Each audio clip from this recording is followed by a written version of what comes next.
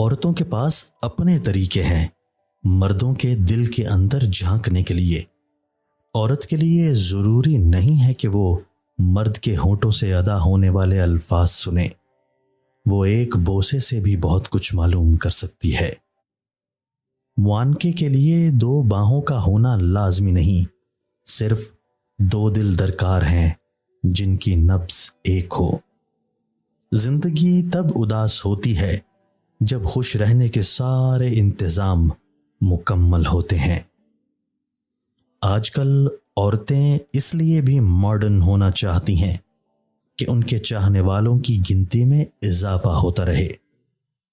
کسی لڑکی کو ایک شام کے لیے خوش تو کوئی بھی مرد کر سکتا ہے، لیکن ساری زندگی کے لیے خوش رکھنے والا ہی اصل مرد کہلانے کے لائق ہے۔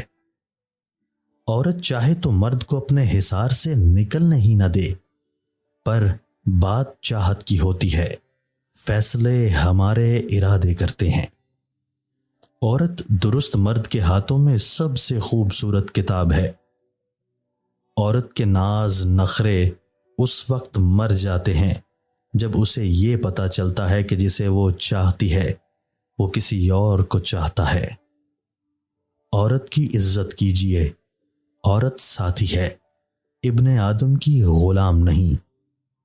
ایک عورت کو بد کردار بنانے کے لیے بہت سے بد کردار مردوں کی ضرورت ہوتی ہے۔ جو محبتوں کو محسوس نہیں کر سکتے انہیں محبتوں کے ثبوت نہیں دیے جاتے۔